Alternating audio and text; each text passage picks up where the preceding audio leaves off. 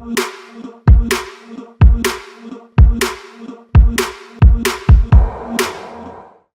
Property நேயர்களுக்கு வணக்கம். இந்த வீடியோலயும் நம்ம கூட வக்கீல் சுஜித் சார் ஜாயின் பண்ணியிருக்காங்க. அவங்க கிட்ட என்னோட சில கேள்விகளை கேட்க போறேன். சார், இன்னைக்கு என்னோட கேள்வி என்னன்னா, லேண்ட் அக்விசிஷன், அதாவது நில கையகப்படுத்துறாங்கல்ல, அதாவது கவர்மெண்ட்டை சொல்றேன். நம்ம மெயின் ரோட்ல இருக்கோம்னா ரோடு விரிவாக்கத்துக்காக பண்றது, அப்புறம் ஒரு சில விஷயத்துக்காக பண்றாங்க. இந்த மாதிரி லேண்ட் அக்விசிஷன்னா அவங்க பண்றதுக்கான காரணம் என்ன அப்படின்னு எல்லாருக்கும் தெரியும். எனக்கு என்னன்னா, லேண்ட் அக்விசிஷன் எப்படி ஆரம்பிச்சாங்க அப்படின்ற அந்த ஹிஸ்டரி சொல்லுங்க. அதுக்கப்புறமேட்டுக்கா இதோட கேஸ் சம்பந்தமா நான் சில கேள்விகள் வச்சிருக்கேன், அதை கேட்கறேன். ஓகே. நில கையகப்படுத்தல் அப்படின்றதோட ஹிஸ்டரி வந்து ரொம்ப நாளுக்கு முன்னாடி ஆரம்பிச்சது. அதாவது போஸ்ட் இண்டிபெண்டன்ஸ்க்கு அடுத்து ஆரம்பிச்சது. பிரிட்டிஷர்ஸ் நம்ம நாட்டை ஆண்டப்போ ஜமீன்தாரி சிஸ்டம் அப்படின்னு ஒண்ணு இருந்துச்சு. ஸோ இந்த ஜமீன்தாரி சிஸ்டம்ல ஒரு ஜமீன்தார் இருக்காருன்னா அவரு கீழே ஒரு பெரிய நிலம் இருக்கும். அந்த நிலத்துல விவசாயிகள்லாம் வேலை செய்வாங்க, கூலிக்கு வேலை செய்வாங்க. ஸோ இந்த சிஸ்டம் மாறணும் அப்படின்றதுக்காக இண்டிபெண்டன்ஸ் வாங்கினதுக்கு அப்புறம் ஜமீன்தாரி அபாலிஷன் ஆக்ட் அப்படின்னு ஒண்ணு கொண்டு வராங்க. இந்த சிஸ்டம் எதுக்கு கொண்டு வராங்க அப்படின்னு பார்த்தா, இந்த ஜமீன்தாரி சிஸ்டம் ஒழிச்சு விவசாயிகள் தான் நிலத்தை ஓன் பண்ணணும் அப்படின்ற ஒரு கண்ணோட்டத்தோட இந்த சிஸ்டம் கொண்டு வராங்க. ஸோ நம்ம இந்தியன் கான்ஸ்டியூஷன் 26 ஜனவரி 1950 எக்ஸிஸ்டன்ஸ்க்கு வருது, அதாவது நடைமுறைக்கு. அந்த கான்ஸ்டியூஷன் எஃபெக்டுக்கு வேலையாட்கள், விவசாயிகள்லாம் அடக்குமுறைக்கு உட்படுத்தப்படுறாங்க. அவங்க கிட்ட நிறைய வரி வாங்குது, அந்த மாதிரி எல்லாம் நிறைய நடக்குது. ஸோ இதெல்லாம் மாறணும் அப்படின்ற ஒரு கண்ணோட்டத்தோடையும் இது கொண்டு வராங்க. ஸோ இந்த சிஸ்டம் முறையா கொண்டு வந்தாலும் அதை இம்ப்ளிமெண்ட் பண்றதுக்கு ரொம்ப நாள் ஆகுது. ஸோ நம்ம கான்ஸ்டியூஷன்ல நிறைய சேஞ்சஸ் கொண்டு வராங்க. ஸோ அதுல ஃபர்ஸ்ட் அமெண்ட்மெண்ட் மூலமா கொஞ்சம் சேஞ்ச் பண்றாங்க, 4th அமெண்ட்மெண்ட் மூலமா கொஞ்சம் சேஞ்ச் பண்றாங்க, 7th அமெண்ட்மெண்ட் மூலமா கொஞ்சம் சேஞ்ச் பண்றாங்க. அதுக்கடுத்து 25th, 39th, 40th, 42nd அப்படின்னு நிறைய அமெண்ட்மெண்ட் பண்றாங்க. இதுல எல்லாம் கொஞ்சம் கொஞ்சமா சேஞ்சஸ் பண்றாங்க. கடைசியா 44th அமெண்ட்மெண்ட்ல இந்த ப்ராப்பர்ட்டி ரைட் ஃபண்டமெண்டல் ரைட் இல்லை அப்படின்னு முடிவு பண்றாங்க. ஸோ ஃபண்டமெண்டல் ரைட்ஸ்னா நமக்கு நிறைய பேருக்கு தெரியும், அடிப்படை உரிமைகள். ஸோ இந்த 44th அமெண்ட்மெண்ட்டுக்கு முன்னாடி ரைட் டு ப்ராப்பர்ட்டி அப்படின்றது ஃபண்டமெண்டல் ரைட்டா இருந்துச்சு. ஸோ அந்த ஃபண்டமெண்டல் ரைட்டோட லிஸ்ட்ல இருந்து ப்ராப்பர்ட்டி ரைட்டை எடுத்துடுறாங்க.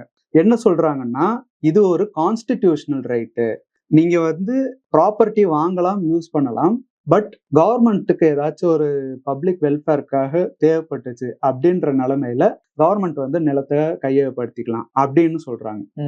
ஸோ இந்த 1950 இருந்து இந்த 44th அமெண்ட்மெண்ட் வர வரைக்கும் நிறைய கேசஸ் எல்லாம் நடக்குது.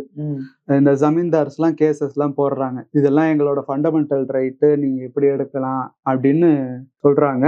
ஸோ இதுக்கு ஒரு முற்றுப்புள்ளி வைக்கிற விதமா தான் ஃபண்டமெண்டல் ரைட் லிஸ்ட்ல இருந்தே எடுத்துடுறாங்க. அதுக்கு பதிலா ஆர்டிகல் 300A அப்படின்னு ஒண்ணு புதுசா இன்ட்ரோடியூஸ் பண்றாங்க. ஸோ இதுல ஒரு கவர்மெண்ட் அத்தாரிட்டி யாராச்சும் உங்க நிலத்தை கையகப்படுத்துறாங்கன்னா அதுக்கு ஒரு செட் ஆஃப் ப்ரொசீஜர்லாம் இருக்கு. அதை பின்பற்றினா மட்டும்தான் அவங்க ப்ராப்பரா கையகப்படுத்துறாங்க அப்படின்னு சொல்ல முடியும். இந்த ப்ரொசீஜர்ல ஒண்ணு ஃபாலோ பண்ணலைன்னா கூட அந்த கையகப்படுத்தல் செல்லாது அப்படின்னு சொல்லலாம். ஸோ இந்த ப்ரொசீஜர்னால கவர்மெண்ட் நிறைய ஜமீன்தார்ஸோட நிலத்தெல்லாம் கையகப்படுத்துறாங்க. அதை ஒரு சின்ன சின்ன பார்ட்டா பிரிச்சு ஒரு விவசாயிக்கா கொஞ்சம் கொஞ்சம் நிலத்தை கொடுக்குறாங்க. ஸோ இதுல என்ன கவனிக்கிறாங்க அப்படின்னு சொன்னா, அந்த விவசாய ப்ரொடக்ஷன் ஏறுது, அக்ரிகல்ச்சர் ப்ரொடக்டிவிட்டி ஏறுது. ஏன்னா முன்னாடி அவங்க கூலிக்கு வேலை செஞ்சாங்க, இப்போ அவங்க சொந்த நிலத்திலேயே வேலை செய்யறாங்க. இப்ப நமக்கே ஒரு மென்டாலிட்டி இருக்கும், நம்ம ஏதாச்சும் ஒரு ஆபீஸ்ல வேலை செய்யற ஒரு மென்டாலிட்டி இருக்கும்.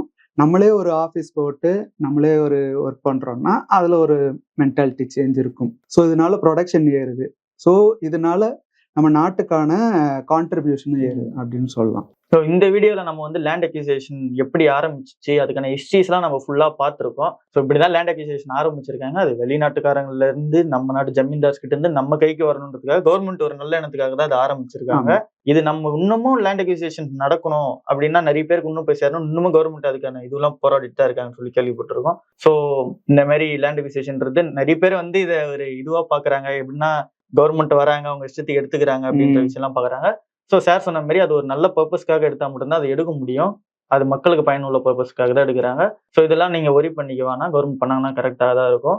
ஸோ இந்த வீடியோவில் உங்களுக்கு லேண்ட் அக்விசிஷனோட ஹிஸ்ட்ரி ஃபுல்லாக தெரிஞ்சிருக்கும். நாங்கள் நெக்ஸ்ட் வீடியோவில் என்னன்னா இந்த லேண்ட் அக்விசிஷனுக்கு முன்னாடி இந்த ஒரு 7 ஹைலைட்டான பாயிண்ட்ஸ் இருக்கு, இதெல்லாம் அவங்க கவர் பண்ணாதான் உங்க லேண்ட் அக்விசிஷனே அவங்களுக்கு ஃபுல் ஆகும்.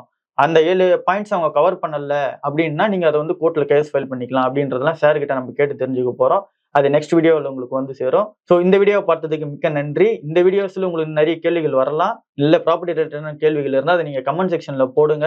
அப்படி இல்லாம எங்களுக்கு வந்து இதுக்கு நல்ல லீகல் சப்போர்ட் எங்களுக்கு தெரிஞ்சுக்கணும், நாங்க டைரக்டா வக்கீல் சாரை கான்டாக்ட் பண்ண முடியுமான்னு கேட்டீங்கன்னா கண்டிப்பா முடியும். சார் உங்களை எப்படி சார் கான்டாக்ட் பண்றது?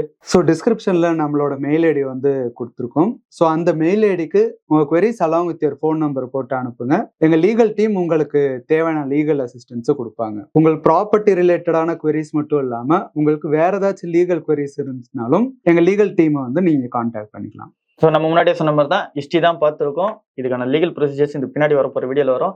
மறக்காம லைக் பண்ணிட்டு சப்ஸ்கிரைப் பண்ணிட்டு நம்ம வீடியோஸை ஷேர் பண்ணுங்க. உங்க ரிலேஷன்ஸ் யாரா ஃப்ரெண்ட்ஸ் யாருக்குன்னா இந்த மாதிரி லீகல் நோட்டீஸ் வந்திருக்கு அப்படின்னா அவங்களுக்கு இந்த வீடியோஸை ஷேர் பண்ணுங்க. இன்னும் இருக்கிறது நிறைய ப்ராசஸ் இருக்கு, அந்த ஒரு 7 பாயிண்ட்ஸ் நம்ம அடுத்த வீடியோவில் கவர் பண்ணோம். ஸோ ரொம்ப நன்றி சார், உங்க நேரத்தை ஒதுக்கி எங்களுக்காக இந்த கேள்விக்கு பதில் சொன்னதுக்கு நன்றி.